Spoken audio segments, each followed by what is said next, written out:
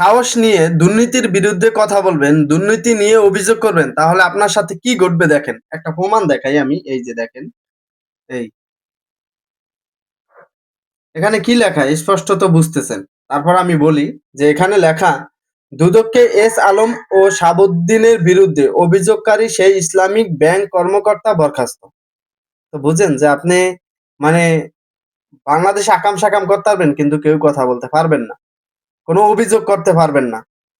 এখানে বিস্তারিত বলা কি আছে, ইসলামী ব্যাংক থেকে 500 কোটি টাকা আত্মসাতের অভিযোগে এস আলম ও সাবেক রাষ্ট্রপতি মোহাম্মদ শাহাবুদ্দিন সহ 38 জনের বিরুদ্ধে দুর্নীতি দমন কমিশন দুদকে অভিযোগ দেওয়া ব্যাংক কর্মকর্তা মোহাম্মদ ইয়াসিন আলীকে বরখাস্ত করা হয়েছে।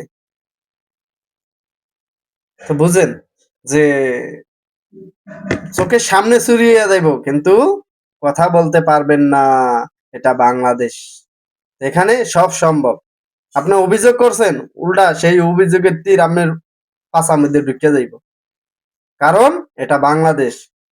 আপনি অন্যায়ের প্রতিবাদ করছেন, এই প্রতিবাদের যে খেসারত ওইটা আপনার দিতেইব, কারণ এটা বাংলাদেশ।